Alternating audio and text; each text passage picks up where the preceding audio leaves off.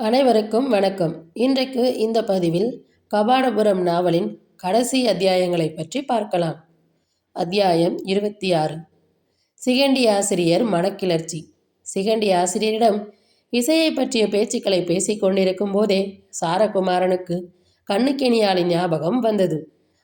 பழந்தீவு பயணத்தை எதிர்பாராத விதமாக மேற்கொள்ள நேர்ந்ததினால் அவளை நீண்ட நாட்களாக சந்திக்க முடியாமற் போய்விட்டது.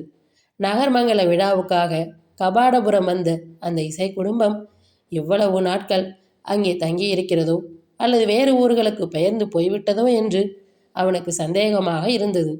விழாவுக்காக வந்திருந்த பாணர்களும் விரலியர்களும் கூத்தர்களும் தங்கியிருந்த கடற்கரை புன்னை தோட்டத்திற்கு சென்று அவர்கள் இருக்கிறார்களா, புறப்பட்டு விட்டார்களா என்ற உண்மையை தெரிந்து கொள்ள விரும்பினான் அவன். என்ன காரணத்தினாலோ சாரகுமாரனுடைய மனதில் இசையின் நுணுக்கங்களை பற்றிய நினைவு வரும்போதெல்லாம் இன்றியமையாதவளாக அவளும் நினைவு வந்தாள். அக்கம்பக்கத்து தீவுகளையும் நாடுகளையும் வென்று பாண்டிய பேரரசை வலிமையாக்கும் போர் வீரனாக அவனை எதிர்பார்த்தார் பாட்டனார் வெண்தேர்ச்செழியன். அவன் இதயமோ அவனை அறியாமல் உள்ளூர கலைவீரனாக இசை வீரனாக வளர்த்து கொண்டிருந்தது. இணையற்ற அழகியும் நளின கலைகளில் பெரு விருப்பமுடையவளும் குரல் இனிமை உள்ளவளுமாகிய தன் தாய் திலோத்தமையை கொண்டு வளர்ந்து விட்டான் அவன். தந்தை அனாகுலனின் போர் வலிமையோ பாட்டனார் வெண்தேர்ச்செழியரின் அரசதந்திர சூழ்ச்சிகளோ அவன் இதயத்தோடு ஒட்டவே இல்லை. சிகண்டி ஆசிரியருக்கு இந்த உண்மை புரிந்த அளவிற்கு பாட்டனார் வெண்தேர்ச்செழியருக்கு புரிந்ததாக தெரியவில்லை. அதனால்தானோ என்னவோ வேறு யாரிடமே இசைக்கலையை பற்றி தன் ஆர்வங்களையும் அந்தரங்களையும் தெரிவிக்காத அளவு சிகண்டி ஆசிரியரிடம் மட்டும் தெரிவித்திருந்தான் சாரகுமாரன். இசைக்கலையின் மேல் அந்தரங்கமாக அவனுள் உறங்கி கிடந்த காதல் கண்ணுக்கினியாளை சந்தித்த பின் விழித்து கொண்டு விட்டது. அவளை பார்க்க தவித்த போது இசையவும் பாட தவித்தான் அவன். இசையை பாட தவித்த போது அவளை பார்க்கவும் தவித்தான். இசைக்கும் காதலுக்கும் ஏதோ ஒரு தொடர்பு இருக்க வேண்டும். இசையிலே காதல் பிறக்கிறது அல்லது காதலிலே இசை கணிகிறது. மனிதன் இன்னொன்றின் மேல் செலுத்தும் அளவற்ற பிரியத்தின் உருவகம்தான் இசையோ என்னவோ. பழந்தீவுகளில் பயணம் செய்து திரும்பிய மறுநாள் வைகரையில் முடிநாகனின் துணையும் கூட இல்லாமல் உலாவ சென்று வருவது போல் கடற்கரை புன்னை தோட்டத்து பக்கம் சென்றான் சாரகுமாரன். இருள் பிரியாத வைகரை வேளையில் யாரையோ நிரந்தரமாக பிரிந்து விட்டார் போல் ஓலமிடும் கடல் ஓசையும் குளிர்ந்த காற்றும் மனதிற்குள் ஓடும் நினைவின் விரைவிற்கேற்ப விரையும் புறவி பயணமும் மிக ரம்மியமாயிருந்தன. அந்த வேளையில் யாருடைய கவனத்தையும் கவராமல் தனிமையையும் தன்னிச்சையாகவும் அரண்மனையை விட்டு புறப்படுவது கூட சுலபமான காரியமாயிருந்தது அவனுக்கு. கடற்கரை காற்றில் வெண்பட்டு விரித்தார் போன்ற மணல்வெளியில் புறவி சென்றபோது சுகமாக இருந்தது. புன்னை மரங்கள் காற்றில் ஆடிக்கொண்டிருந்தன. எப்போதாவது தற்செயலாக கீழே உள்ள நீரில் உதிரும் புன்னைக்காய் வாத்தியம் வாசிப்பதொன்று ஒலியை எழுப்பி ஓய்வதும் செவிக்கு சுகமாக இருந்தது. இன்னும் சிறிது தொலைவு சென்ற பின் அதைவிட சுகமான நாதம் ஒன்று உயிரின் குரலாகவே காற்றுடன் உலவி வந்து அவன் செவிகளை எட்டலாயிற்று. சோகத்தை இப்படியும் கூட இசையினால் பேச முடியுமா என்று இளையபாண்டியனை வியக்கச் செய்யும் குரலாயிருந்தது அது. அந்த குரலில் புதிதாக மெருகேற்றியிருந்த நுணுக்கங்களையும் அழகுகளையும் நவீனங்களையும் இணைத்து எண்ணிய போது அது வேறாக தோன்றியதை தவிர கூர்ந்து செவிமடுத்த போது குரல் அவனுக்கு பழையதாகவே ஒலித்தது. அருகில் நெருங்க குதிரையிலிருந்து கீழே இறங்கி அந்த குரல் வரும் வழியிலே ஓட வேண்டும் போல் அத்தனை ஆர்வமாயிருந்தது அவனுக்கு. அப்படியே செய்தான் அவன். புன்னை மரத்தடியில் அமர்ந்து குனிந்து மணற்பரப்பை நோக்கியவாறு கண்ணுக்கினியால் தான் பாடிக்கொண்டிருந்தான். அவளுக்கு இந்த உலக நினைவே இல்லை போல் தோன்றியது. அருகில் நெருங்கி சென்றால் அவளுடைய பாடலை எங்கே நிறுத்தி விடுவாளோ என்ற தயக்கத்தினால் விலகிய நின்றான் இளையபாண்டியன். நெய்தர் பண்ணை இத்தனை உருக்கமாகவும் இசைக்க முடியும் என்பதை இன்றுதான் அவனால் உணர முடிந்தது. மொழியில் இசையும் ஒரு பிரிவு என்பதை விட இசையே ஒரு தனிமொழி என்று தனியே பிரித்து சிறப்பு கொடுத்து விடலாம் என்று இப்போது தோன்றியது அவனுக்கு. தான் நீண்ட நாட்களுக்கு முன்பு ஒரு வைகரையில் இதே கடற்கரை புன்னை தோட்டத்தில் அவளை சந்தித்த போதும் அவள் இந்த நெய்தற் பண்ணையை பாடிக்கொண்டிருந்ததை நினைவு கூர்ந்தான் அவன். அதே நெய்தற்பெண் இப்போது நன்றாக கனிந்திருந்தது.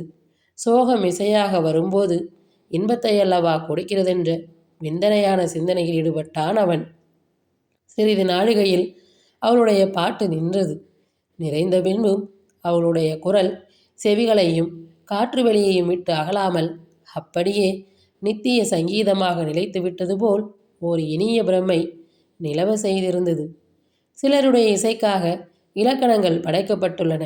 வேறு சிலருடைய இசையோ இலக்கணங்களையே புதிது புதிதாக படைக்கிறது என்று அவளுடைய இசையை கேட்டு நினைத்தான் சாரகுமாரன். அப்போது தலை நிமிர்ந்த அவள் அவன் அங்கு வந்து நிற்பதை பார்த்து விட்டாள். உடனே எழுந்து சீற்றத்தோடு முகத்தை வேறுபுறம் திருப்பிக் கொண்ட அவளை எப்படி ஆற்றுவிப்பதென்று அவனுக்கு தயக்கமாய் இருந்தது. எப்போது பாடினாலும் நெய்தர் பண்ணையை பாடுகிறாயே, அவ்வளவு பெரிய நிரந்தரமான சோகம் என்னவோ என்று பேச்சை தொடங்கினான் அவன். அவளிடமிருந்து மறுமொழி வரவில்லை. சில வினாடிகள் மௌனமாகவே நின்றாள் அவள். மறுபடியும் அவனே பேசினான். சிலருடைய குரலுக்கு சோகமே அழகாக இருக்கிறது என்றான். சிலருடைய செய்கள் சோகத்தையே பிறருக்கு தருவதால் தானோ என்னவோ என்று வெடுக்கென்று மறுமொழி கூறினாள் அவள். நீ சீற்றமடைந்து பயனில்லை கண்ணக்கினியால்.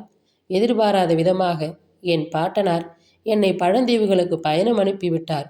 உன்னிடம் சொல்லி விடைபெறவும் முடியவில்லை. எங்கே நீயும் என் குடும்பத்தினரும் கபாடபுரத்தை விட்டு ஊர் பெயர்ந்து போயிருப்பீர்களோ என்ற பயத்துடனேயே இப்போது இங்கு தேடி வந்தேன் என்றான் சாரகுமாரன். பிறரை பயப்பட வைப்பவர்கள் பயப்படுவதற்கு என்ன இருக்கிறது என்றால் கண்ணக்கினியால். நீ கூறுவது தவறு. நான் யாரையும் பயப்பட வைக்கிறவன் இல்லை என்றான் அவன். இருந்தார் போல் இருந்து மறைகிறவர்களும் இருந்தார் போல் இருந்து தோன்றுகிறவர்களும் பயப்பட வைக்கிறவர்கள் தாமே என்றாள் கண்ணக்கினியால். சந்தர்ப்பம் அப்படி நேர்ந்து விட்டது, அது என் தவறில்லை என்று கூறி இளைய பாண்டியன் எய்னர் தீவின் இயற்கை அழகை கண்ட வேளையில் அவளை நினைவு கூர்ந்ததையும் பிற பயண அனுபவங்களையும் தொடர்ந்து கூறலானான். அவன் கூறியவற்றை கேட்க கேட்க அவள் சினம் சிறிது சிறிதாக அடங்கியது. இன்னும் ஒரு திங்கள் காலத்தில் இங்கிருந்து புறப்பட வேண்டுமென்று என் பெற்றோர் முடிவு செய்துள்ளனர் என்றாள் அவள். அவள் குரலில் கவலை ஒலித்தது. அதற்குள் எவ்வளவோ நடக்கும் என்று புன்சிரிப்போடு அவளுக்கு மறுமொழி கூறினான் அவன். இப்படியே சிறிது நேரம் உடையாடி கொண்டிருந்து விட்டு அவர்கள் பிரிந்தனர். மறுபடி அடுத்த நாள் அவளை சந்திப்பதாக கூறினான் அவன். அரண்மனை திரும்பியதுமே அவன் சிகண்டி ஆசிரியரை சந்தித்து அன்று வைகரையில் தான் கடற்கரையில் கேட்ட நெய்தர் பண்ணின் புது நயங்களை விவரித்தான். சிகண்டி ஆசிரியரும் அதனை ஆர்வத்தோடு கேட்டார். இசையில் பல்லாயிரம் நுணுக்கங்கள் தோன்றிக்கொண்டே இருக்கின்றன. இப்படி இயல்பை மீறிய அபூர்வ திறமைகளை விளக்கும் புதிய இசை இலக்கணம் ஒன்றை நானே வரைவதாக இருக்கிறேன். அந்த மாபெரும் இசை இலக்கணத்தை இங்கேயே கோநகரில் அரங்கேற்றவும் முடிவு செய்துள்ளேன் என்று மனதில் ஏற்பட்ட புதுமை கிளர்ச்சியோடு அவனுக்கு மறுமொழி கூறினார் சிகண்டி ஆசிரியர். சாரகுமாரனும் அதை கேட்டு நெகிழ்ந்தான். அத்தியாயம் 27. பெரிய பாண்டியரின் சோதனை. கண்ணக்கினியாளின் நெய்தர் பண்ணை பற்றி சாரகுமாரன் வியந்து கூறியதை கேட்டு சிகண்டி ஆசிரியரும் அதனை கேட்க வேண்டும் என்று ஆசைப்பட்டார். அவருடைய விருப்பத்தை சாரகுமாரனால் மறுக்க இயலவில்லை. மறுநாள் வைகரையில் சிகண்டியாரையும் அழைத்து கொண்டு கடற்கரைக்கு சென்றான் அவன். ஆனால் முன்தினம் சென்றது போல் ஆசிரியரையும் உடனழைத்து கொண்டு அவனால் புறவியில் செல்ல முடியவில்லை. எனவே அரண்மனை ரதம் ஒன்றில் ஆசிரியரை அழைத்து சென்றிருந்தான் அவன். விடிந்ததும் அரச கிரகத்து ரதங்களை சுற்றி பார்ப்பதை வழக்கமாக கொண்டிருந்த வெண்தேர் செழியர் ஓர் ரதம் குறைவதைக் கண்டு முடிநாகனிடம் வினவினார்.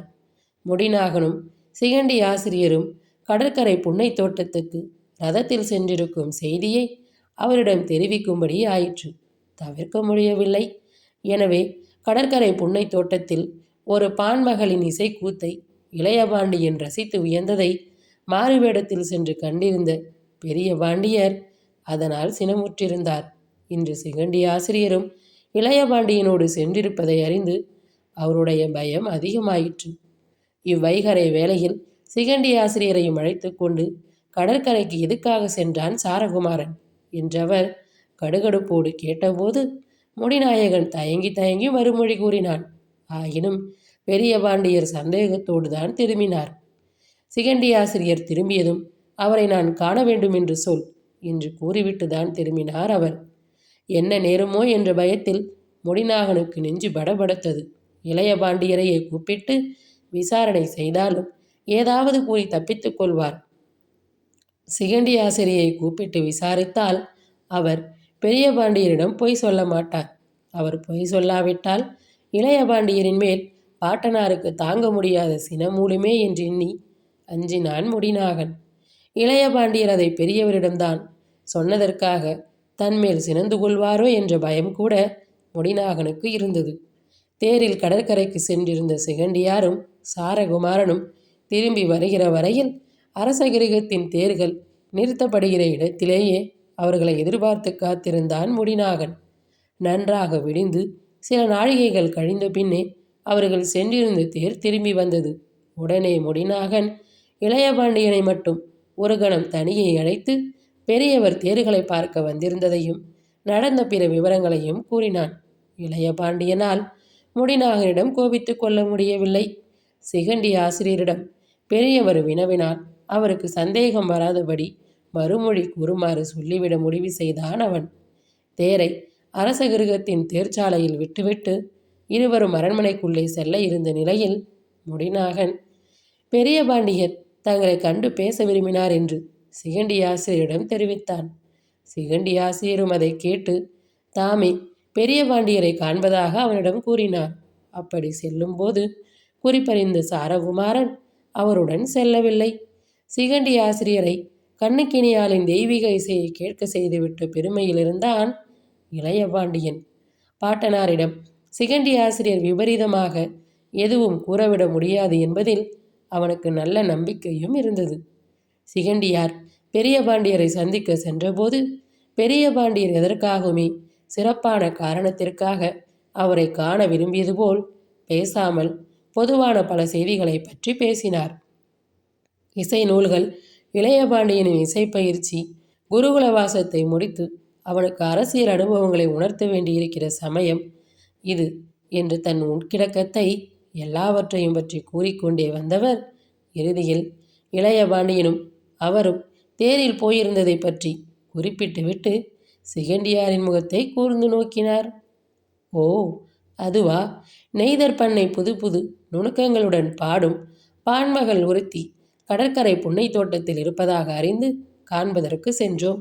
அந்த பான்மகளின் குரல் அற்புதமாக இருந்தது. அவளுடைய குரல் இலக்கணங்களை மீறிய அழகுடையதாய் இருந்தது. அந்த குரலுக்கே ஓர் இலக்கணத்தை படைக்கலாம் போல அத்தனை அழகுடையதாய் இருந்தது என்று வியந்தவாறே பெரிய பாண்டியருக்கு மறுமொழி கூறினார் அவர். உங்களுக்கு முன்பே தெரிந்த அவளை காண இளையபாண்டியனை நீங்கள் அழைத்து செல்வீர்களா? அல்லது அவளை முன்பே அறிந்த இளையபாண்டியன் அவளை காண உங்களை அழைத்து சென்றானா என்றார் அவர். இதற்கு சில கணங்கள் மறுமொழி சொல்ல தயங்கினார் சிகண்டியர். சிறப்பான காரணம் எதற்காகவும் இதை வினவவில்லை சிகண்டி ஆசிரியரே, அறிவதற்காகவே வினவுகிறேன் என்று அவரை மேலும் தூண்டினார் பெரியவர்.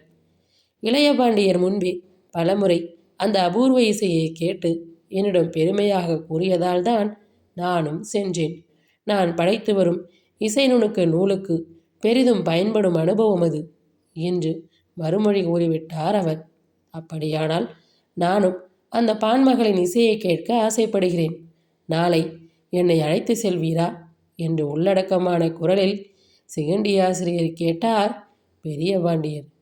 சிகண்டி ஆசிரியர் தயங்கினார்.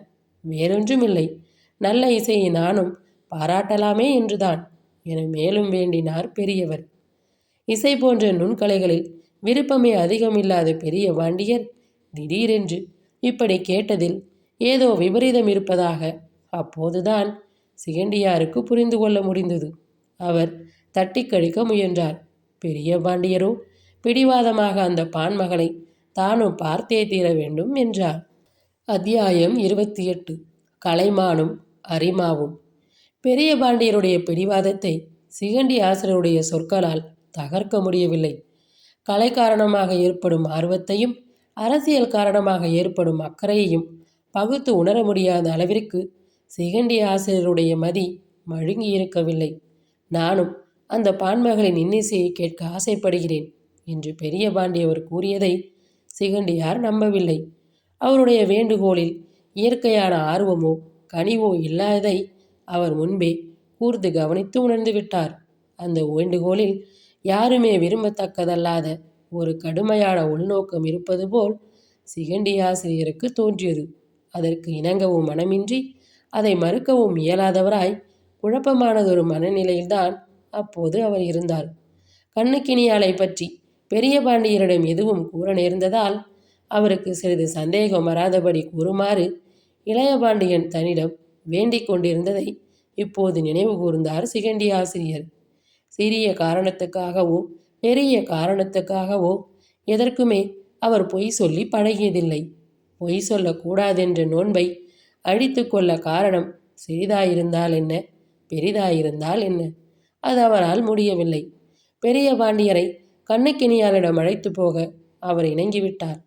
அப்படி தம்மை அங்கு அழைத்து போகும் செய்தியை இளைய பாண்டியனுக்கு தெரிவிக்கலாகாது என்று சாமர்த்தியமாக சிகண்டி ஆசிரியரிடம் வாக்கும் வாங்கி கொண்டார் பெரியவர். கலை உள்ளத்தின் கனிவையும் மென்மையையும் அரசியல் காரணங்களுக்காக அவற்றை அணுகிறவர்களால் புரிந்து கொள்ள முடியாமல் போகிறதே என்று உள்ளூர வருந்துவதை தவிர சிகண்டி ஆசிரியரால் அப்போது வேறெதுவும் செய்ய இயலவில்லை. இளையபாண்டியன் தன்னை கண்ணுக்கினியாரிடம் அழைத்து சென்ற அதே தினத்தின் மாலை வேளையில் பெரியவரை தான் அவளிடம் அழைத்து செல்ல வேண்டியவராக இருந்தார் சிகண்டி ஆசிரியர். காலையில் இளையபாண்டியனோடு கடற்கரை புன்னை தோட்டத்திற்கு சென்றபோதிருந்த அவ்வளவு உற்சாகம் மாலையில் வெண்தேர் செழியரோடு சென்றபோது அவருக்கு இல்லை. கொலைகளத்துக்கு அழைத்து செல்லப்படுவது போன்ற மனநிலையில் இருந்தார் அவர்.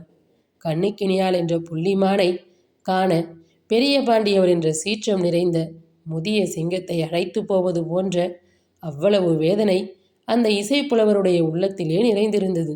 சிகண்டி ஆசிரியர் சந்தேகப்பட்டதற்கும் வேதனைப்பட்டதற்கும் ஏற்றாறு போலவே பெரிய பாண்டியரும் அங்கு நடந்து கொண்டார்.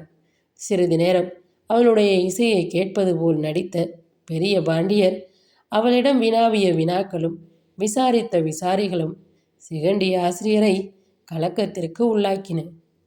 இவ்வளவு நன்றாக பாடும் வல்லமை வாய்ந்த நீயும் உன் பெற்றோரும் ஏன் இந்த கவாடபுரத்திலேயே தங்கிவிட்டீர்கள்? பயன்மரம் நாடிச் செல்லும் பறவைகள் போல ஊரூராக சென்று பாடிக்கொண்டிருப்பதல்லவா சிறந்த பான்குடியினருக்கு அழகு என்று முதல் வினாவிலேயே அவள் மனதை ஆழம் பார்த்தார் பெரிய பாண்டியர். நகரணி மங்கள விழாவுக்காக இங்கே வந்தோம், அப்படியே தங்கிவிட்டோம். வந்த கலைஞர்களையெல்லாம் காலை வரையறையின்றி விருந்தினராக ஏற்று உபசரிக்கும் பண்புள்ள இந்த பாண்டிய நாட்டில் முதலாக நீங்கள்தான் இப்படி எங்களை வினாவுகிறீர்கள். தங்கள் நாட்டிற்கு வந்த கலைஞர்கள் வேறு ஊர்களுக்கு புறப்பட்டு போகாமல் ஏன் அதிக நாட்கள் தங்கியிருக்கிறார்கள் என்று கவலைப்படும் முதல் மனிதரை நான் இன்று மாலையில் இப்போதுதான் இங்கே சந்திக்கிறேன் என்றால் கண்ணுக்கினியார். நான் தவறாக கூறவில்லை பெண்ணே. சிறப்பாக வேறு காரணம் ஏதாவது இருந்தாலன்றி கலைஞர்கள் ஒரு இடத்திலேயே இப்படி தங்க மாட்டார்களே, அதனால்தான் கேட்டேன் என்றார் பெரிய பாண்டியர். இது வெறும் வினாவா அல்லது கவலையா என்று எனக்கு புரியவில்லை. உங்கள் கேள்வி வினாவாக மட்டும் ஒலிப்பது போல் எனக்கு தோன்றாததான் காரணம். கலைஞர்கள் எப்படி இருக்க வேண்டும் என்று கலைஞர்களை உணராத ஒன்றை வற்புறுத்துகிறீர்கள் நீங்கள் என்றால் கண்ணுக்கினியார். அப்படி இல்லை. இடத்தின் மேல் பிரியப்பட்டு சிலர் தங்கிவிடலாம். மனிதர்கள் மேல் பிரியப்பட்டு சிலர் தங்கிவிடலாம். கலையின் மேல் மட்டும் ஓரிடத்தில் தங்க முடியாது என்றார் அவர். எப்படி வேண்டுமானாலும் வைத்துக் கொள்ளுங்களேன். இடத்தின் மேல் பிரியப்படுத்துவது தவிர மனிதர்கள் மேல் பிரியப்படத்தக்க அத்தனை சிறப்பான பண்புள்ள மனிதர்களும் இங்கு நிறைய இருக்கிறார்கள் என்று இன்று காலை வரையில் நான் எண்ணியிருந்தேன். இப்போதோ என்னுடைய அந்த இரண்டாவது எண்ணத்தை நான் மாற்றிக்கொள்ள வேண்டும் போலிருக்கிறது என்றாள் கண்ணுக்கினியாள். நீ மிகவும் சினமாக பேசுகிறாய் பெண்ணே. பேச்சில் எப்போதுமே நிதானம் வேண்டும். அதுவும் என்னை போன்ற முதியவர்களிடம் உரையாடும் போது இன்னும் அதிகமான நிதானம் வேண்டும் என்றார் பெரிய பாண்டியர். மறுமொழி கூறாமல் அவரை வெறுப்பவள் போல் முகத்தை வேறுபுறமாக திருப்பிக் கொண்டாள் அவள். இந்த கேள்விகளை விரும்பாத சிகண்டி ஆசிரியர் வேறெங்கோ பார்த்து கொண்டு நின்றார். சிறிது தொலைவு விலகி நின்ற அவள் தந்தை அருகில் வந்து பெரிய பாண்டியரிடம் ஏதோ பேசத் தொடங்கினார். தொடர்ந்து ஓரிடத்திலேயே தங்கவிடாமல் பல இடங்களுக்கு மாறி மாறி சென்று கொண்டிருப்பதால் தான் கலைஞர்களின் கலை வளர்ச்சியும் மெருகு அடையும் என்று மீண்டும் அவருடைய தந்தையிடம் வாதிடத் தொடங்கினார் பெரிய பாண்டியர். உடன் வந்திருந்த சிகண்டி ஆசிரியருக்கோ வெறுப்பை தருவதாயிருந்தது அவர் பேச்சு. தானும் தன்னுடன் வந்தவரும் இன்னார் இன்னார் என சிகண்டி ஆசிரியர் தெரிவிக்காதனால் புள்ளிமான் போன்ற அந்த பெண்ணுக்கு பெரிய பாண்டியரிடம் பயமும் இல்லை, மதிப்பும் வரவில்லை. சினமே மேலெழுந்து பொங்கியது. காலையில் இளைய பாண்டியன் சிகண்டி ஆசிரியரை மாறுவேடத்தில் அழைத்து வந்திருந்ததனால் இப்போது அவரை அடைக்கு அடையாளமும் தெரியவில்லை. ஆனால் உடன் வந்திருந்த கிழச்சிங்கத்தை ஒத்த அந்த முதியவர் வினாவிய போன்ற வினாக்களையே தன்னிடம் கேட்காமல் அமைதியாக இருந்ததோடல்லாமல் அந்த வினாக்களை ஓரளவு வெறுப்பது போன்ற முகபாவத்தையும் காண்பித்ததனால் சிகண்டியார் மேல் அவளுக்கு கோபம் வரவில்லை. பெரிய பாண்டியர் மேலேயே சினம் உண்டது. பெரிய பாண்டியரோ தாம் யாரென்று அவளுக்கு குறிப்பாக புரிய வைத்து அவளை மேலும் பயமுறுத்தவும் திகைக்க வைக்கவும் விரும்பினார்.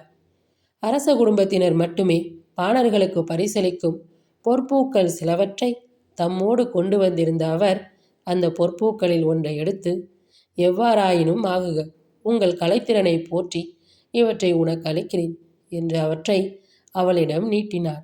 ஆனால் அவள் அவற்றை பெற்றுக்கொள்ளவில்லை. அவரை எள்ளி இகழ்வது போன்ற புன்னகை ஒன்று அவள் இதழ்களில் மின்னி மலர்ந்தது. தங்களை மதியாதவர்களுடைய பரிசை ஏற்பது கலைஞர்களின் இயல்பில்லை என்பதை தாங்கள் அறிவீர்கள் அல்லவா என்று அவள் பதிலுக்கு சிறியபோது பெரியவரின் முகத்தில் சினம் அதிகமாகியது. கடுமையும் மிகுதியாக வந்தது. ஏதேது, உங்கள் சினத்தை பார்த்தால் எங்களை நாடு கடத்தவும் செய்வீர்கள் போலிருக்கிறதே என்றாள் கண்ணக்கினியாள். அவசியம் என்று கருதினால் அதையும் செய்ய முடிந்தவன் நான் என்று கூறிவிட்டு, போகலாம், புறப்படுங்கள் என்று சிகண்டியாரையும் அழைத்து கொண்டு புறப்பட்டு விட்டார் பெரியவர். புறப்படுகிற போது முறைக்காக ஒரு வார்த்தை அவளிடமோ அவள் தந்தையிடமோ சொல்லிக் கொள்ளவில்லை. சிகண்டியார் மட்டும் சொல்லி விடைபெற்று கொண்டார். இருவரும் அரண்மனை நோக்கி திரும்பினர். அத்தியாயம் 29. இசை நுணுக்க இலக்கணம். கண்ணக்கினியால் மேல் இளைய பாண்டியன் சாரகுமாரனுக்கு அன்பு இருப்பதையும் அப்படி ஓர் அன்பையோ தொடர்பையோ இணைப்பையோ விரும்பாதவராக பெரிய பாண்டியர் மனம் குமருவதையும் சிகண்டி ஆசிரியர் தெளிவாக புரிந்து கொண்டார். போகிற போக்கை பார்த்தால் பெரிய பாண்டியர் சினவெறியில் அந்த பான்மகளையும் அவள் குடும்பத்தினரையும் நாடு கடத்தினால் கூட வியப்பதற்கில்லை என்று தோன்றியது. அதற்குள் தம் கலை லட்சியமாகிய இசை நுணுக்க இலக்கண நூலை இயற்றி அரங்கேற்றி முடித்து விடுவதில் கவனம் செலுத்த வேண்டியவராக இருந்தார் அவர். இளைய பாண்டியவனும் கண்ணுக்கினியாலும் தத்தம் குரல் இனிமையின் மூலம் விளைவித்து காட்டிய புதுமைகளையும் நுணுக்கங்களையும் நயங்களையும் கண்டபின் அவற்றை லட்சியங்களாக கொண்டே இசை நுணுக்கத்தை இயற்றத் தொடங்கியிருந்தார் அவர். கலைத்துறையை பொறுத்தவரையில் ஒரு சுவையின் மேலான எல்லையை தொடுகிறவர்கள்தான் அதுவரை அந்த துறைக்கென்று அமைக்கப்பட்டிருந்த இலக்கணங்களையும் மரபுகளையுமே வளர்த்து புதியதாக்கி விடுகிறார்கள். இப்படி புதிய லட்சியங்கள் பிறந்துவிட்ட பின்பே அவற்றை எடுத்துக்காட்டாக கொண்டு புதிய இலக்கணங்களும் மரபுகளும் பிறக்கின்றன. லட்சியங்களை படைக்கிற படைப்பாளியின் சாதனை எல்லை என்கிற உயரத்தை அடைய முடியாமல் சில வேளைகளில் லட்சணங்களை வரையறுத்து சொல்கிற இலக்கண ஆசிரியரின் கீழ் எல்லையிலேயே தளர்ந்து நின்று விடுவதும் உண்டு. அப்படி தளர்ந்து நின்று விடுவதனால் அந்த கலையின் எதிர்காலத்துக்கு வளர்ந்து வரும் புதிய மரபுகள் சொல்லப்படாமலே போய்விடும். அந்த நிலை ஏற்பட்டு விடலாகாதே என்பதற்காகத்தான் சிகண்டி ஆசிரியர் இசை நுணுக்க இலக்கணத்தை விரைந்து இயற்றிக் கொண்டிருந்தார். அவர் இலக்கணத்தை இயற்றுகையில் பெரும்பான்மை நேரம் சாரகுமாரனும் அவருடன் கூடவே இருந்தான். பெரிய பாண்டியரோடு தாம் கடற்கரை புன்னை தோட்டத்திற்கு சென்று வந்த செய்தியை சிகண்டி ஆசிரியர் சாரகுமாரனிடம் கூறவில்லை. சாரகுமாரன் மட்டும் முடிநாகனுக்கு தெரிந்தும் தெரியாமலும் சில காலை வேளைகளிலும் சில மாலை வேளைகளிலும் கடற்கரை புன்னை தோட்டத்திற்கு சென்று வந்தான். அப்படி சென்று கண்ணக்கினியாலை சந்தித்த போதும் அவளிடம் ஆழமான மாறுதல் ஒன்றை உணர்ந்தான் அவன். சிரிப்பும் மகிழ்ச்சியும் கலகலப்பான உரையாடலும் அற்று கவலை நிறைந்தவளாய் தென்பட்டாள் அவள். அந்த மாறுதலை புரிந்து கொள்ளவும் முடியாமல் வினாவி தெரிந்து கொள்ளவும் இயலாமல் வேதனைப்பட்டான் சாரகுமாரன். கபாடபுரத்திலிருந்து தாங்கள் வேறு ஊருக்கு புறப்படப் போவதை பற்றியே அவனை சந்திக்க நேரும் போதெல்லாம் பேசிக்கொண்டிருந்தாள் அவள். சாரகுமாரனுக்கு இது புதுமையாக இருந்ததோடல்லாமல் மன வருத்தத்தை அளிப்பதாகவும் இருந்தது. மனதிற்குள்ளேயே துயரப்பட்டான் அவன். சிகண்டி ஆசிரியர் பெரிய பாண்டியரை அவளிடம் அழைத்து சென்றிருந்ததையும் அவர் அவளிடம் வினாவிய வினாக்களையும் கூறியிருந்ததனால் சாரகுமாரனுக்கும் அவளுடைய இந்த மாறுதலுக்கான காரணங்கள் எல்லாம் தெளிவாக புரிந்திருக்கும். அதையும் அவர் கூறாததால் ஒன்றும் புரியாமல் கண்ணை கட்டி காட்டில் விட்டது போலிருந்தது சாரகுமாரனுக்கு. கோநகராகிய கபாடபுரத்தின் அரசவையில் பெரும் புலவர்கள் அனைவரையும் கூட்டிய அரங்கத்தில் இசை நுணுக்கத்தை அரங்கேற்ற வேண்டும் என்று விரும்புகிறேன் நான். பெரிய பாண்டியரிடம் இதை எடுத்து கூறி அவருடைய இசையை பெற வேண்டும் என்று சாரகுமாரனிடம் விளக்கினார் சிகண்டியார். நாம் இருவருமாக சென்று பாட்டனாரிடம் கூறினால் அவர் நிச்சயம் இணங்குவார் என்று நம்புகிறேன் என்று சாரகுமாரன் கூறத் தொடங்கியதை மறுத்து, நான் ஒருவனை சென்றால் பெரிய பாண்டியர் ஒருவேளை இந்த அரங்கேற்றத்திற்கு இணங்கினாலும் இணங்கலாம். இளைய பாண்டியர் உடன் வந்தாலோ பெரியவருக்கு உலகத்தில் இல்லாத சந்தேகங்கள் எல்லாம் வந்துவிடும். மறுத்தாலும் மறுத்து விடுவார் என்றார் சிகண்டி ஆசிரியர். ஆசிரியரின் இந்த கருத்தில் இளைய பாண்டியனுக்கு சந்தேகம் எதுவும் உண்டாகவில்லை. அதனால் அவன் அவர் விருப்பப்படியே செய்ய இணங்கினான். ஆனால் ஒன்றை மட்டும் சிகண்டி ஆசிரியரிடம் மீண்டும் மீண்டும் வற்புறுத்தி கூறினான் அவன். இசை நுணுக்கம் என்று தாங்கள் நூல் தோன்ற காரணமாயிருந்தவளும் அந்த அரங்கேற்றம் நிகழ்கிற அன்று இந்த அரண்மனையில் வந்து இசைக்க வேண்டும் என்பது என் விருப்பம் என்று சாரகுமாரன் ஒவ்வொரு முறை கூறும்போதும் சிகண்டி ஆசிரியர் உள்ளூர வருந்தினார்.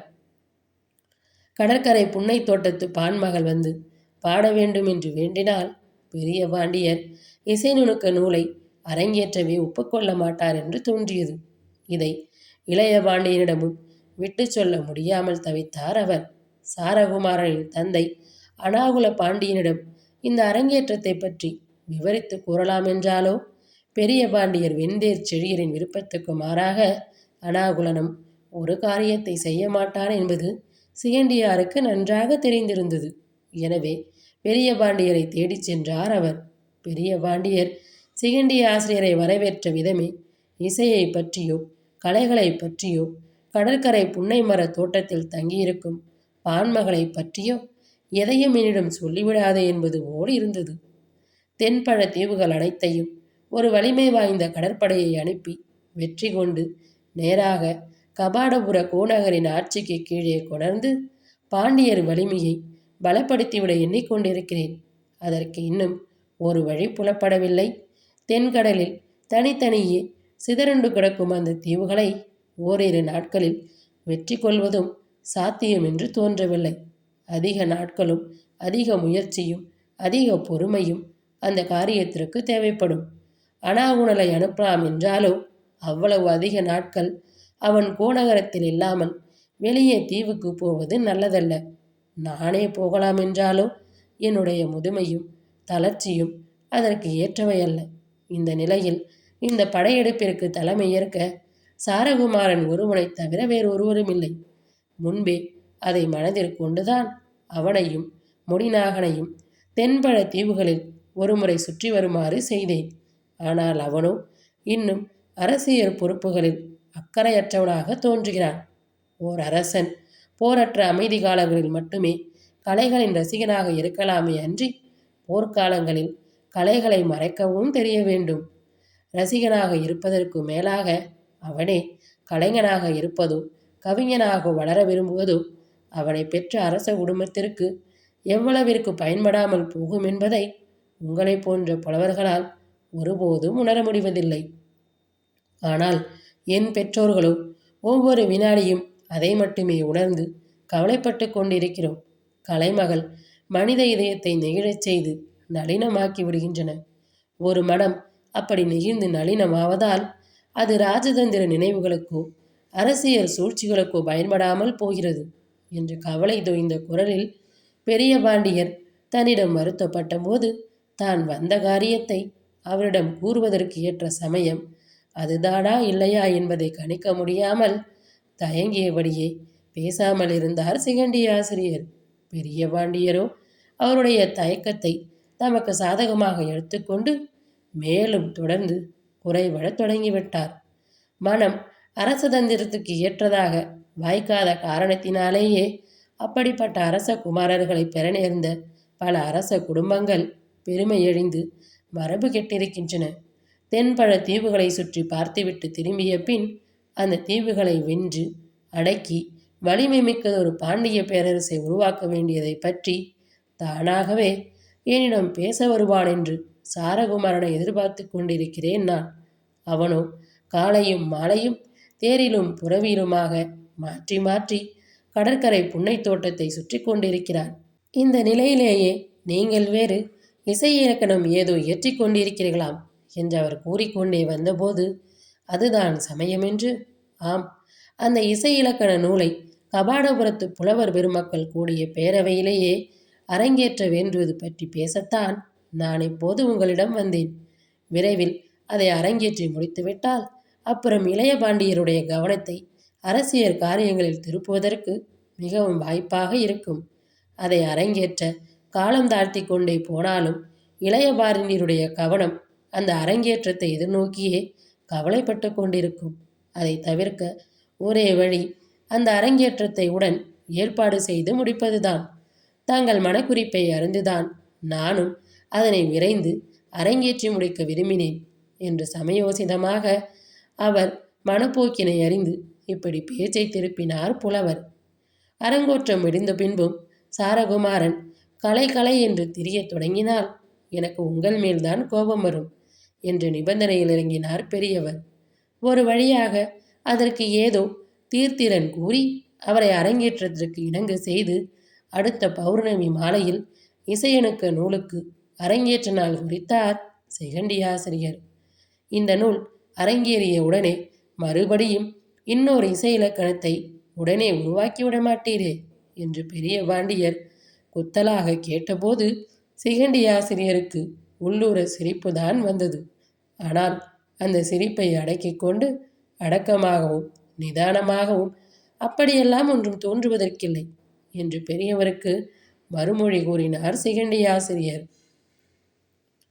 அத்தியாயம் 30. அரங்கேற்றம். பல தடவைகள் எழுப்பி சிகண்டியாசிரியருடைய பொறுமையை சோதித்த பின் இசை இலக்கணத்தை புலவர் பெருமக்கள் நிரம்பிய பேரவையிலே அரங்கேற்ற இயக்கினார் பெரிய பாண்டியர். உடனே அதற்கான மங்கள நாளும் குறிக்கப்பெற்றது. நகரணி மங்கள விழா முடிந்தவுடனே மீண்டும் இத்தகைய பெருவிழா ஒன்று கோநகரில் நிகழ இருப்பதை கேட்டு சங்க புலவர்களும் அறிஞர் பெருமக்களும் இரட்டை மகிழ்ச்சி அடைந்தனர். செய்தியை நகருக்கு முரசறிந்து தெரிவிக்கும் கடமை உடையவர்கள் அலங்கரிக்கப்பட்ட யானைகளில் ஏறி வீதி வீதியாக பரப்பினார்கள். இளைய பாண்டியர் சாரகுமாரருக்கு புதிய இசை அறிவிக்கும் பொருட்டு சிகண்டி ஆசிரியர் இயற்றியிருக்கும் இசை பேரிலக்கணம் அரங்கேற இருக்கிறது என்ற செய்தி நாலாதிசைகளிலும் நகரில் பரவியது. பாணர்கள் தங்கியிருந்த கடற்கரை புன்னை தோட்டத்திலும் செய்தி அறிவிக்க பெற்று பரவியிருந்ததில் வியப்பில்லை. எல்லா பாணர்களுக்கும் மகிழ்ச்சியை விதைத்த இச்செய்தி ஒரே ஒருத்தியின் இதயத்தில் மட்டும் இனம் புரியாத கவலையை உண்டாக்கியது. பிறருக்கு விண்டு சொல்லி அவர்களுடன் பங்கிட்டு கொள்ள முடியாத வேதனை இருந்தது அது. விழா நிகழும் முன்பாகவே தானும் தன் பெற்றோரும் கபாடபுரத்தை விட்டு புறப்பட்டு விடலாமா என்று கூட தோன்றியது அவளுக்கு. ஆனால் கூட்டம் கூட்டமாக ஓரிடத்தை விட்டு மற்றொரு இடத்திற்கு பயணம் செய்யும் வழக்கத்தை உடைய பாணர்கள் எல்லோரும் சேர்ந்து புறப்பட்டால் ஒழிய தனியே புறப்பட இயலாது. அப்படி புறப்படுவதானால் தனி வழி பயணத்தில் பல துன்பங்கள் வரும். எனவே நகரணி மங்கள விழாவுக்கு வந்து அப்படியே தொடர்ந்து தங்கிய எல்லா பாணர் கூட்டமும் மிக சில நாட்களில் நடைபெற இருக்கும் சிகண்டி ஆசிரியரின் இசை இலக்கண அரங்கேற்ற விழாவுக்கும் இருந்து கண்ட பின்பே புறப்பட எண்ணினர். இடத்தின் மேல் பிரியப்பட்டு சிலர் தங்கிவிடலாம், மனிதர்கள் மேல் பிரியப்பட்டு சிலர் தங்கிவிடலாம் என்று பெரிய பாண்டியர் தன்னிடம் இறைந்துவிட்டு போனதை நினைத்தே கவலைப்பட்டு கொண்டிருந்தாள் கண்ணக்கினியாள். பல காரணங்களால் அவள் மனதில் நிம்மதியில்லை. இந்நிலையில் இசை இலக்கண நூல் அரங்கேற்ற விழாவுக்கு 2 நாள் இருக்கும்போது ஒரு நாள் அதிகாலையில் சாரகுமாரன் கடற்கரையில் கண்ணிக்கிளியாளை சந்தித்தான். அப்போது வெகு ஆர்வத்தோடு தேடி வந்த அவனிடம் இனிதாக முகம் கொடுத்து பேசாமல் தயங்கி நின்றாள் கண்ணக்கினியாள். இருந்தார் போல் இருந்து புதிராகி விடுவதும் பெண்களுக்கு ஒரு இயல்பு போல் இருக்கிறது என்று குத்தலாக பேச்சை தொடங்கினான் சாரகுமாரன். அதற்கும் அவளிடமிருந்து மறுமொழி இல்லை. வேறுபுறம் திரும்பி தலை குனிந்தபடி நின்றாள் கண்ணக்கினியாள். அவளுடைய மனமாறுதலுக்கும் மௌனத்துக்கும் காரணமாக என்ன நிகழ்ந்திருக்க முடியும் என்பதை அவனால் அனுமானிக்க முடியவில்லை. சிகண்டி ஆசிரியருடன் பெரிய பாண்டியரும் கடற்கரை புன்னை தோட்டத்திற்கு சென்று அவளை மருட்டியதும் விரட்டியதும் அவனுக்கு தெரியாது. சிகண்டி ஆசிரியருடைய இசை இலக்கணமே உன்னை லட்சியமாக கொண்டுதான் பிறந்திருக்கிறது. இப்படியெல்லாம் மகிழ்ச்சிகரமான நிகழ்ச்சிகள் நடைபெற்று வரும்போது நீ துயரப்படுவதின் காரணம்தான் எனக்கு புரியவில்லை கண்ணக்கினியால் என்று மறுபடியும் அவன் அவளை அணுகி கேட்டபோது அவள் விழிகளில் நீர் திரளுவதை கண்டான். வார்த்தைகளால் விளக்கப்படாத அந்த மோனமான சோகம் அவன் இதயத்தை அறுத்தது.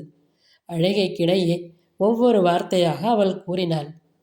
லட்சணங்கள் பிறக்கும் அவசரம் சில சமயங்களில் லட்சியங்களை அழைத்து விடுகிறது என்பதை நீங்கள் உணர வேண்டும் என்றாள் அவள். இருக்கலாம், ஆனால் நீ பேசுகின்ற தொனியை என்னால் விலக்கிக் கொள்ள முடியவில்லையே என்றான் சாரகுமாரன். இயல்புதானே, சொற்களைத்தான் விலக்கிக் கொள்ள முடியும், துணிகளை உணரத்தான் முடியும் என்றாள் அவள். இதற்கு மறுமொழி ஒன்று கூறாமல் சிறிது நேரம் அமைதியிருந்தான் இளையபாண்டியன். நல்லது, இனி நான் வந்த காரியத்தை சொல்லிவிட்டு புறப்பட வேண்டியதுதான். இசை இலக்கண அரங்கேற்ற விழாவுக்காக உன்னை அடைக்க வந்தேன்.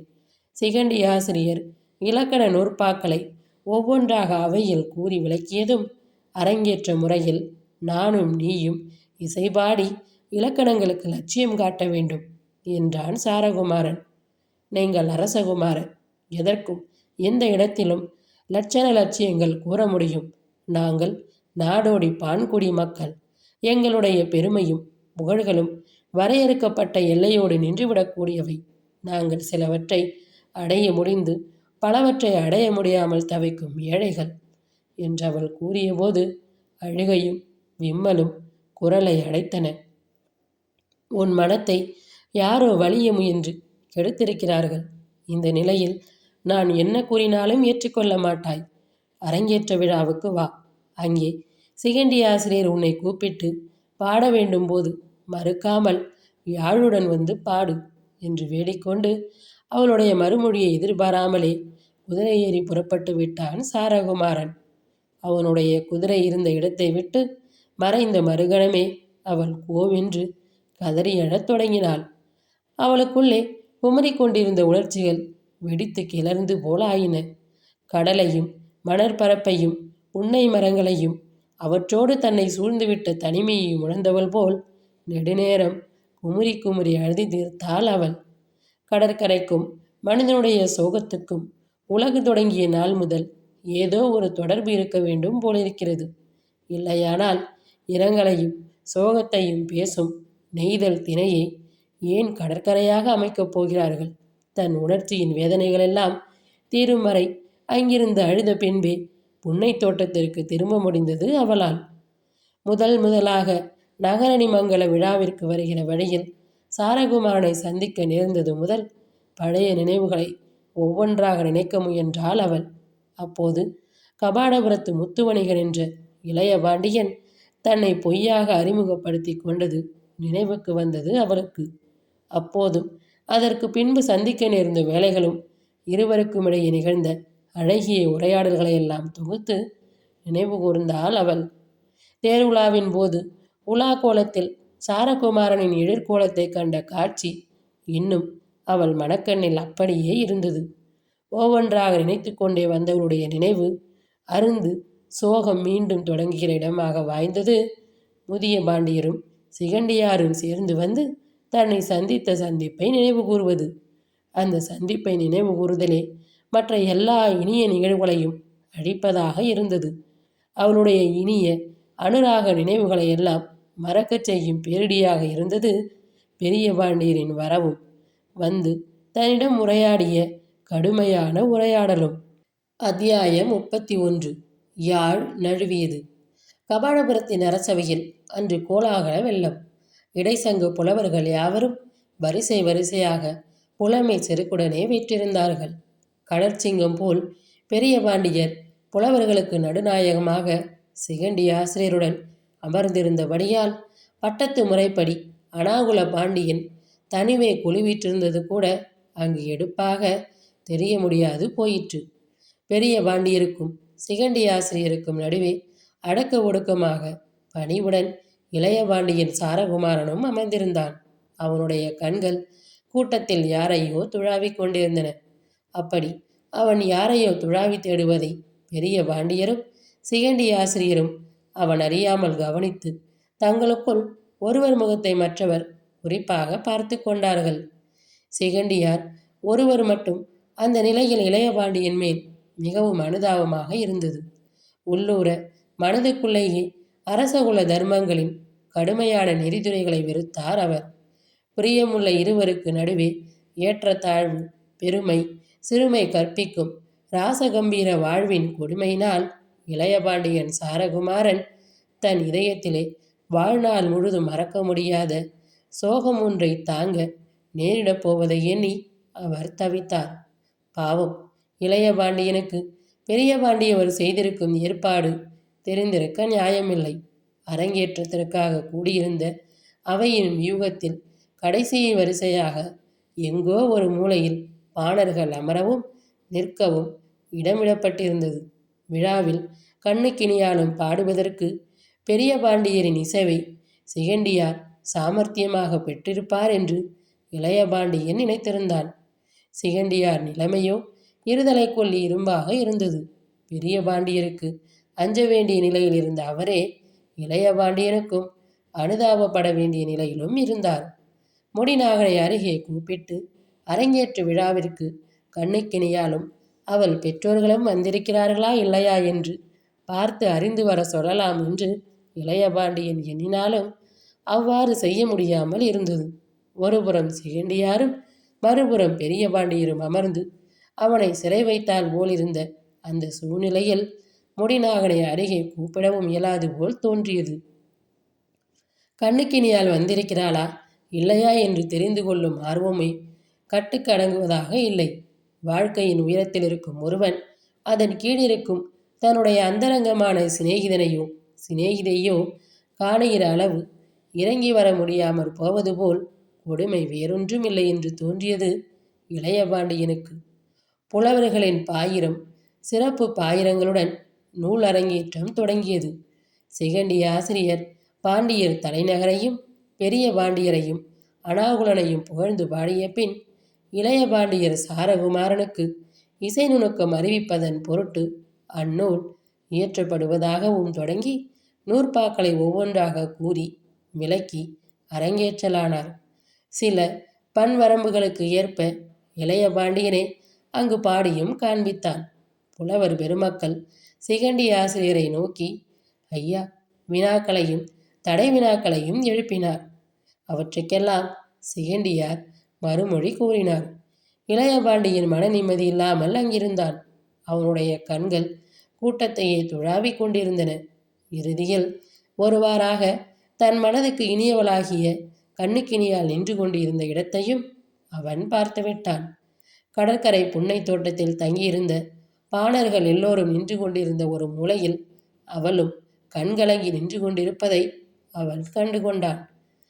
அவன் உள்ளம் பதறியது. இசை இயக்குனர் நூலின் அரங்கேற்றத்தில் பாணர்களை விட வேறு யாருக்கு உரிமை இருக்கிறது?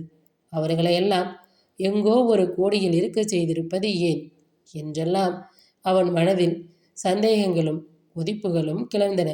ஆயினும் அவற்றை பாட்டனாரிடம் கேட்க அஞ்சினான் அவன். அவனுடைய பார்வை போகிற இடங்களையெல்லாம் கவனித்து கொண்டே அருகில் அமர்ந்திருந்த பாட்டனாரோ எங்கே கவனிக்கிறாய் சாரகுமாரா? ஆசிரியருக்கு செவி கொடுத்து நூலை கேள், பராக்கு பார்க்காதே என்றார். இதில் அவருடைய சூழ்ச்சி ஏதோ இருப்பதாக தோன்றினாலும் அவரை கேட்க முடியாமல் தவித்தான் இளையபாண்டியன். அரங்கேற்றத்தை பற்றியும் அதில் அவள் பாட வேண்டியதை பற்றியும் கடற்கரை புன்னை தோட்டத்தில் அவளிடம் தான் கூறியவற்றையெல்லாம் நினைவு கூர்ந்தான் சாரகுமாரன். அவளை அரங்கிற்குள்ளேயே வரவிடாமல் ஒதுங்கி நிற்க செய்துவிட்ட விதியை எண்ணி நோவதை தவிர அப்போது அவனால் வேறெதுவுமே செய்ய முடியவில்லை.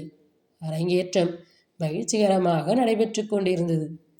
லட்சணங்கள் பிறக்கிற அவசரம் சில சமயங்களில் லட்சியங்களை அழித்து விடுகிறது என்பதாக அன்று அவள் கூறியது நினைவு வந்தது அவனுக்கு.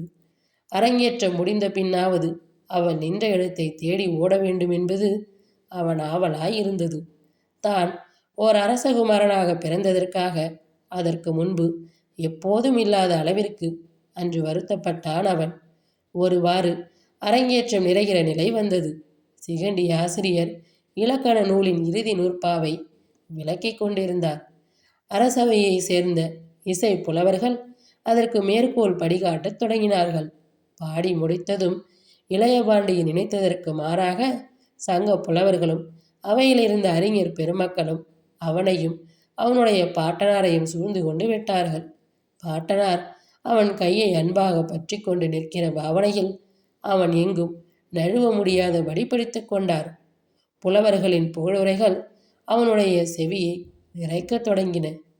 இளையபாண்டியருடைய குரல் இனிமைக்காகவே இப்படி ஒரு இசை இலக்கணம் தோன்றியது சால பொருந்தமுடையதே என்றார் ஒரு புலவர். சிகண்டி ஆசிரியர் தருணமறிந்து இந்த இசை இலக்கண நூலை இயற்றியுள்ளார் என்று புகழ்ந்தார் வேறொரு புலவர்.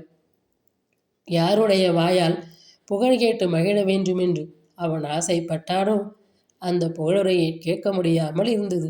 அவள் தன்னோடு வந்திருக்கும் பெற்றோர்களுடனும் பிற பாணர் கூட்டத்தினருடனும் அங்கிருந்து புறப்படுவதற்கு முன்னராவது அவளை கண்டு 2 வார்த்தைகள் பேசிவிட வேண்டுமென்று அவன் தவித்தான். ஆனால் முடியவில்லை.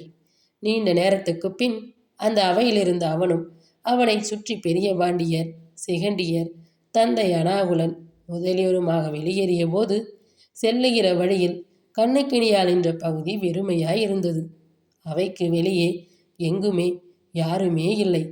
ஆனால் இதென்ன? அவள் நின்று கொண்டிருந்த இடத்தில் அவளுடைய யாழல்லவா கேட்பாரற்று விழுந்து கிடக்கிறது.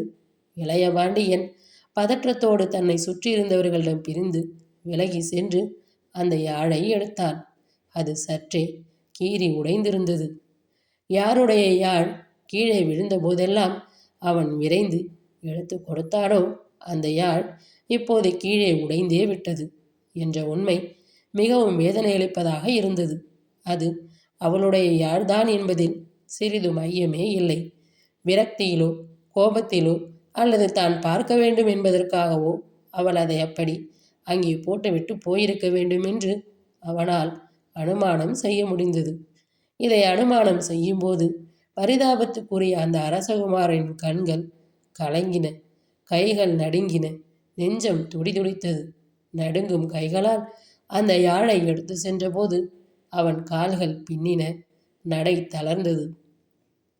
அந்த யாழ் ஒன்றாவது அவள் ஞாபகமாக தன்னிடம் இருக்கட்டும் என்று அவன் அதை எடுத்து வந்ததை கூட பொறுக்காமல், இதென்ன உடைந்த யாழ் போலல்லவா தோன்றுகிறது? உடைந்த பொருள்கள் யாவும் அமங்கலமானவை. திருமகள் விலாசம் திகழும் அரண்மனை வாத்திய சாலையில் வைத்தியத்திற்குரிய தகுதி அமங்கல பொருள்களுக்கு என்றுமே இல்லை என்று அதை இளைய பாண்டியனிடமிருந்து வலிய பறித்து அகழியில் எறிந்து விட்டார் பெரிய பாண்டியர். அந்த காட்சியை காண சகிக்காமல் சிகண்டி ஆசிரியர் கண்களை மூடிக்கொண்டார். இளைய பாண்டியனோ பாட்டனார் மேல் வெறுப்புடனே ஒன்றும் எதிர்த்து பேச முடியாமல் இருந்தான். முடிந்தால் அன்றிரவோ மறுநாள் காலையிலோ கடற்கரைக்கு சென்று அவளை கோபித்து கொள்ளவும் எண்ணினான். கவிஞனின் எழுத்தாணியும் பாணர்களின் யாழும் வாழ்க்கையின் சோறுபோலையில் கூட அவர்களிடமிருந்து கீழே நழுவிவிடக்கூடாது என்று நான் முன்பு கூறியதை மறைந்து விட்டாயா? கையில் இருந்த யாழ் உடைவது போல் கீழே போட உனக்கு எப்படி மனம் வந்தது பெண்ணே? என்றெல்லாம் கோபப்பட வேண்டும் என்று நினைத்து கொண்டான். ஆனால் அன்று மாலையோ இரவோ அவன் எங்கும் போக முடியாமல் சிகண்டி ஆசிரியரும் பெரிய பாண்டியரும் அவனுடனேயே இருந்துவிட்டனர். சிகண்டி ஆசிரியர் ஒன்றும் பேசவில்லை. பெரிய பாண்டியர் மட்டும் ஓர் அரசகுமாரன் மலை குலைந்தாலும் நிலை குலையாத திடசுத்தி உடையவனாக இருக்கிற மனப்பக்குவம் பெற வேண்டும். கலைகளோ கலைத்திறனோ அவன் தொழிலல்ல. கலைகளை அவன் ரசிக்கலாம். ஆனால் ஆண்மைத்தான் அவன் தேசத்தை காக்கும் என்றெல்லாம் சம்பந்தமின்றி உபதேசம் செய்ய தொடங்கினார். பொறுமையாக அவற்றை கேட்டுக்கொள்ள வேண்டியதாயிற்று. அன்றிரவு சாரகுமாரனுக்கு உறக்கம் கொள்ளவில்லை. எப்போது விடியும் என்ற ஆவலிலே மஞ்சத்தில் புரண்டு கொண்டிருந்தான் அவன். விடிந்தது. பரபரப்பான மனநிலையோடு குதிரை ஏறி கடற்கரைக்கு விரைந்தான் அவன். அங்கு சென்று அவன் கண்டதென்ன? கடற்கரை புன்னை தோட்டம் வெறுமையாயிருந்தது. அங்கு பாடிக்கிருந்த பாணர்கள் எல்லோரும் புறப்பட்டு போயிருந்தார்கள். அருகே இருந்த மீனவர்கள் சிலரிடம் விசாரித்ததில் முதல் நாள் இரவே அவர்கள் ஒழித்து கொண்டு புறப்பட்டு விட்டதாக தெரிந்தது. அவன் தவித்தான். மனம் பதறினான். லட்சணங்கள் பிறக்கும் அவசரத்தில் லட்சியங்கள் அழிவதுண்டு என்று அவள் கூறிய சொற்களையே மீண்டும் நினைத்தான். ஏதோ ஒரு பரபரப்பில் குதிரையை விரைந்து செலுத்தி கபாடங்களை கடந்து புறநகருக்கு வந்தான். அவளை பின்தொடர்ந்து பிடித்துவிடலாம் என்று வெறியோடு பெரும் பாண்டிய ராஜபாட்டையில் சிறிது தொலைவு சென்றபின் அது சாத்தியமில்லை என்ற நம்பிக்கையோடு மீண்டும் தளர்ந்து திரும்பினான். எதிரே அவன் பாட்டனார் நிறுத்திய மாபெரும் புகழ்மிக்க செம்பொற் கபாடங்கள் வெயிலொளியின் மின்னுவது தெரிந்தது. எதிர்காலத்தில் பெயர் சொல்ல முடிந்த பல காரியங்களை சாதிக்க வல்ல சரித்திரத்தை உடைய அந்த இளம் ராஜகுமாரனின் இதயம் குருதி நீர் வடித்தது. அந்த வினாடியில் மனித இதயத்தின் அந்தரங்கமான சங்கீதத்துக்கு எந்த நாளும் உலகில் வடிவம் தந்து பாட முடியாதென்று உணர்ந்தவன் போல் விரக்தியோடு அந்த வானளாவிய கபாடங்களை மீண்டும் அவன் நிமிர்ந்து பார்த்தபோது அவனது அழகிய விழிகளில் நீர் மல்கியது. இப்போது அவனுடைய மனமும் ஒரு கபாடமாகிவிட்டது. மனதுக்கினிய ஒருத்தியின் மிக இனிய நினைவுகளை உள்ளே வைத்து பூட்டிக் கொள்ள வேண்டிய நிலைமையினால் அவனுடைய தலைநகரை தவிர அவன் மனமும் கூட ஒரு கபாடபுரம் ஆகிவிட்டது. எதிர்கால வரலாறு தன்னையும் தனக்காக பிறந்து இசை இலக்கண நூலையும் பற்றி அறிகிற அளவு உலகம் தன் காதலின் ஏமாற்றத்தை எங்கே அறியப் போகிறது என்று எண்ணியவாறே குதிரையை மெல்ல செலுத்தியபடி மீண்டும் நகருக்குள் திரும்பினான் சாரகுமாரன். கோநகரத்தின் மாபெரும் கபாடங்கள் திறக்கப்பட்ட அந்த இனிய வைகரை வேளையிலே அந்த அனுதாபத்துக்குரிய இளவரசரின் மனதுக்குள்ளே 2 கபாடங்கள் மூடிக்கொண்டன. அந்த மூடிய கபாடத்துக்குள்ளே ஒரு நளின சங்கீதம் இடையறாமல் ஒலித்து கொண்டே இருக்கும். அதற்கு மூப்பில்லை, சோர்வில்லை, ஓய்வில்லை, உழைவில்லை. ஏனென்றால் இந்த உலகில் எந்த நாளும் மனித இதயத்தின் அந்தகாரமான சங்கீதத்துக்கு வடிவம் தந்து பாட முடிவதில்லை. இத்துடன் கபாடபுரம் நாவல் நிறைவடைந்தது. அடுத்து வரும் பதிவில் மற்றும் ஒரு நல்ல கதையுடன் சந்திப்போம். நன்றி, வணக்கம்.